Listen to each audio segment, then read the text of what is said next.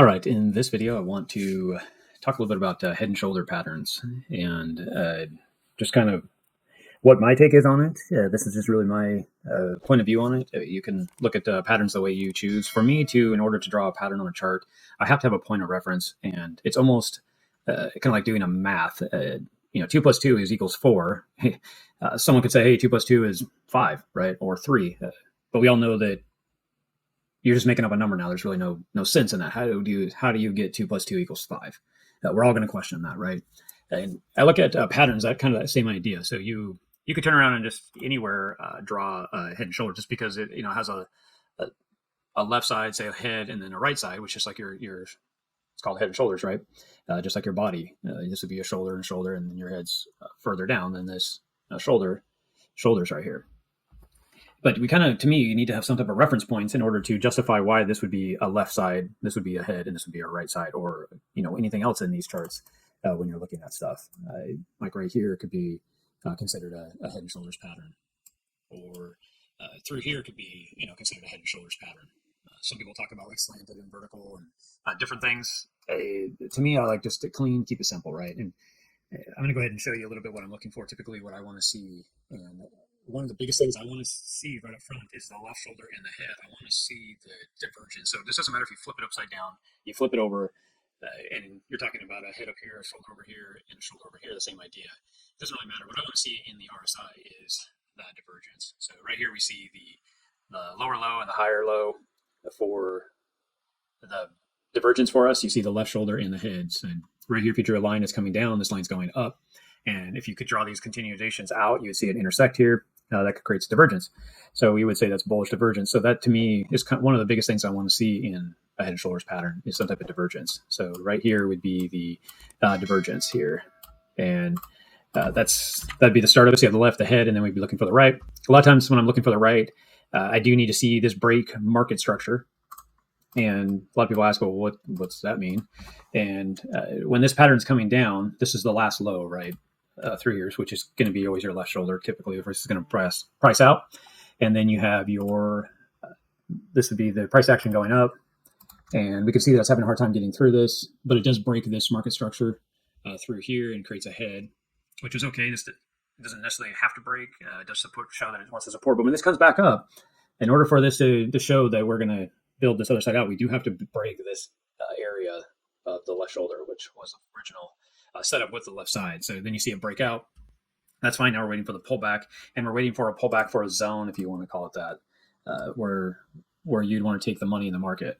I'm going to go ahead and just show you the 786 area with the 618. Anything in this, if you want to call it a zone, depends on how you want to build it out. Anywhere in this area, it would be a good entry, and we'd be taking the trade up.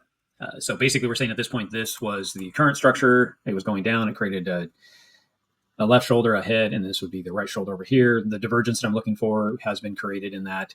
Sometimes you'll see it pull back down, kind of what it did here. It doesn't always do that, though, for this.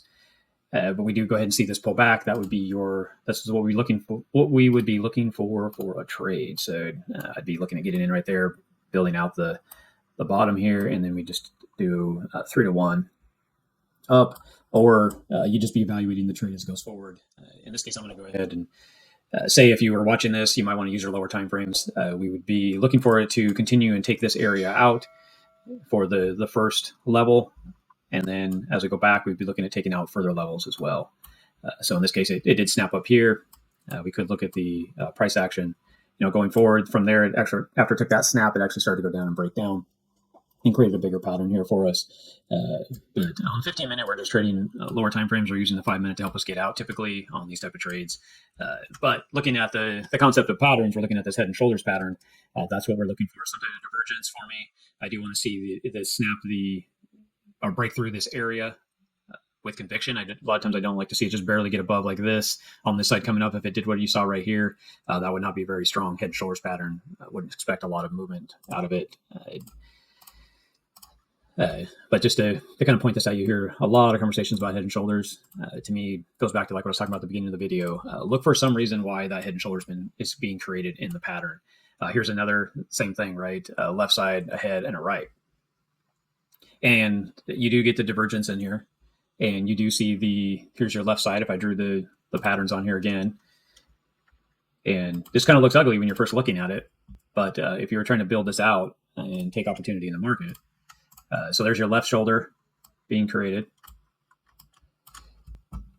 And let's go ahead and mark the head up to the breakout area, and then the pullback. There's your 786, your right shoulder, and off to the races it goes. And that's the same thing we're looking for when you're trading the head and shoulders. Like I was drawing on the last, the trade over here I was looking at. We were using the 618 and the 786 for anywhere in that level, so you could take it. You don't have to get the perfect trade opportunity there. And there is the opportunity right there in front of us. And again, you use your however you want to exit the trade, but the main thing we're looking at is the head and shoulder pattern. So this would be the left, the head, and the right. I'm looking for the divergence here. So there's the divergence. The price action has a higher low and a lower low. The RSI has a lower low and a higher low. There's our divergence. That confirms it. If I drew the line through here, you can see it went back up off the head, broke the left sides. 76, 618, so whatever in the retracement, and off to the races we go. So that's what I'm looking for in a head and shoulders, as those main things. Again, is the bullish divergence or bearish divergence, depending on which way the head and shoulders being created. Obviously, it was flipped upside down. The other upside down would be the opposite for the RSI divergence. So it would make bearish divergence instead of more bullish. If that's between the left shoulder and the head, then we want to see the head break through where the left shoulder started to retrace back down to make the head. We want to see it break that. So the price action to show that we're changing direction from wherever we were at before and moving on up. So pretty easy. Like I said, I like to create references. I don't like to just draw because we see like a pattern like this. We actually have a reason why we're drawing those on there. So that's what we're looking for in head and shoulders. Love to hear kind of your thoughts on that and see what you think. But there we go, head and shoulder pattern with some reference points. Thank you, guys.